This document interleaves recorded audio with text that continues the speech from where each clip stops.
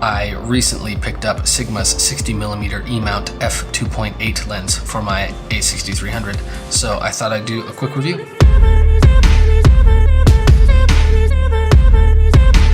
So this lens is a part of Sigma's art line, and I'm pretty sure it's in a series that they made specifically for the a6000, a6300, and a6500 because it's E-mount and it's for ASPC size sensors. And I don't know that Sony makes a lot of other cameras that fit that description. That series seems to include, from what I can tell, the 60, there's a 30, and there's a 19 that are all E-mount, they're all f2.8.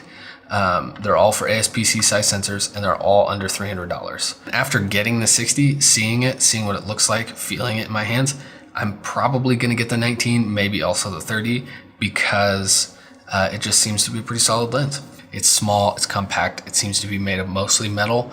The front lens hood is plastic, and the threads that goes into is plastic, but other than that, it's all metal. It feels very good. Even though it's all metal, it's both smaller and lighter than my Canon 50 1.4, especially once you put the adapter on there that I need to get on the a6300. On an ASPC size sensor, that's roughly a 90mm equivalent on a full frame camera. That's a great length for portraits. I have some examples that you'll see in the video of things that I've shot with this. I haven't done much shoots with this. Like I said, I just picked it up a couple weeks ago, but what I have done with it, I've been very happy with. Its maximum aperture is f2.8, which is pretty wide for such a cheap prime lens.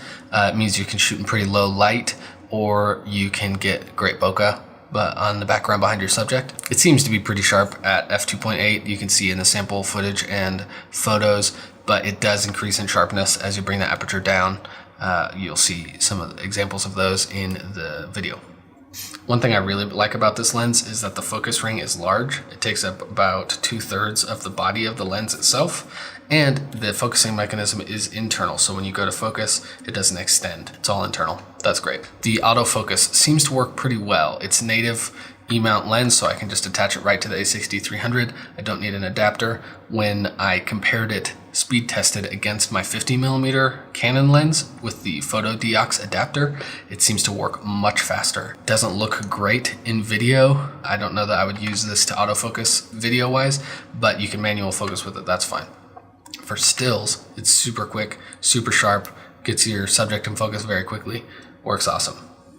The minimum focus distance is 20 inches, so I'll show you an example of what that looks like. It's not going to be a macro lens. You're not going to use it for that, but you know, it's $250.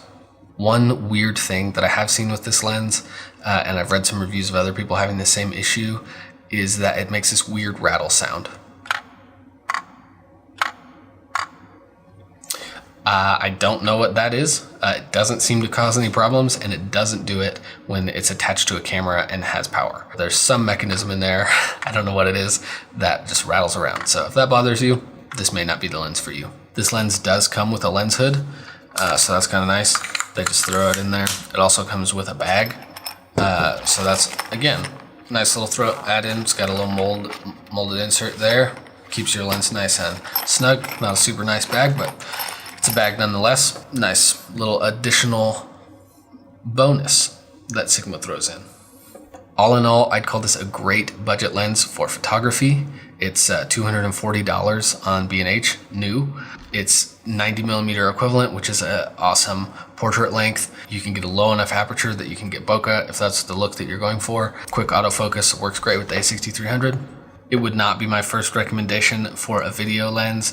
It doesn't have a meter showing you the focus distance. There are no stops on the focus ring. It just keeps spinning and spinning. There's no place to attach follow focus gear to. So for those and for other reasons, there are probably other lenses that you could get at a similar focal length and a similar price that would be better for video. But if you already have it, it's so small and so light, it doesn't hurt to just throw it in the bag. It does work well especially in manual focus mode for shooting video. Just don't expect to do anything super fancy with it. I'm calling it. That's the end of this video.